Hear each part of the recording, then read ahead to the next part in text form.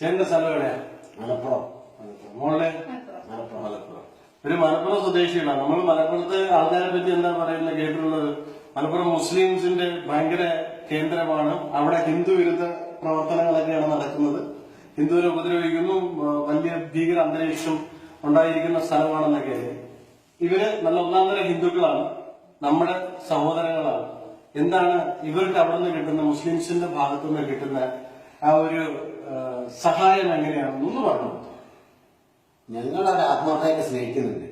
അവര് ഞങ്ങളെ തിരിച്ചും ആത്മാർത്ഥമായിട്ട് സ്നേഹിക്കുന്നുണ്ട്. ഞങ്ങൾക്ക് എന്തിൻ്റെയും അവര് ഞങ്ങളെ സഹായിക്കുന്നുണ്ട്. ഞങ്ങളും തിരിച്ചും അങ്ങോട്ടും സഹായിക്കും. ഞങ്ങൾക്ക് ഇതുവരെ ഒരു ബുദ്ധിമുട്ടുണ്ടായിട്ടില്ല. ഈ പറയുന്നതൊക്കെ ഒരു കള്ളത്തരാണ്. ഇതിന്റെ പേരിൽ ആരോഗ്യത്തിന്റെ ഇത് വല്ലതും കണ്ട് ഇത് ജനം മനസ്സിലാക്കണം. ഇത് ഇവിടുത്തെ കപട കാവിക്കാരന്മാരുടെ മെയിൻ അജണ്ടയാണ്.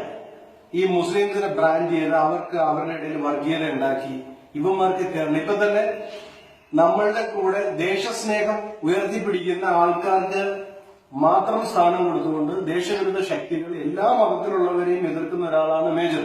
അപ്പം ഈ ഇവിടുത്തെ ഹിന്ദു സംഘടനകൾക്കകത്തുള്ള തെറ്റായ കാര്യങ്ങൾക്ക് എതിർക്കാൻ വേണ്ടി അദ്ദേഹം നമ്മുടെ കൂടെ ഇന്ന് വന്ന് വളരെ മുന്നിൽ നിൽക്കുകയാണ്.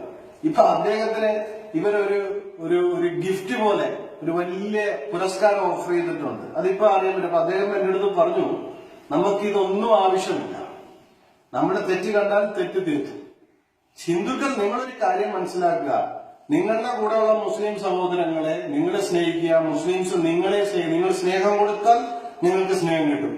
നിങ്ങൾ അവരെ വെറുപ്പോട് കണ്ടു കഴിഞ്ഞാൽ അവര് നിങ്ങളോട് അങ്ങനെ കാണും. നമ്മൾ എന്തു കൊടുക്കുമോ വിതച്ചതാണ് കൊയ്യുന്നത്.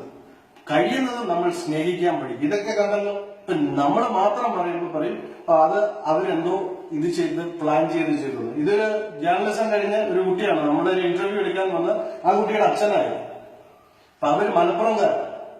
അതുകൊണ്ട് അവരുടെ അനുഭവങ്ങളും കൂടെ നമ്മൾ മനസ്സിലാക്കണം. ദയവ് ചെയ്ത് ഇവിടുത്തെ കാവിയിട്ട കഴുകന്മാരുടെ വാക്ക് കേട്ട് നിങ്ങൾ വിശ്വസിക്കരുത്.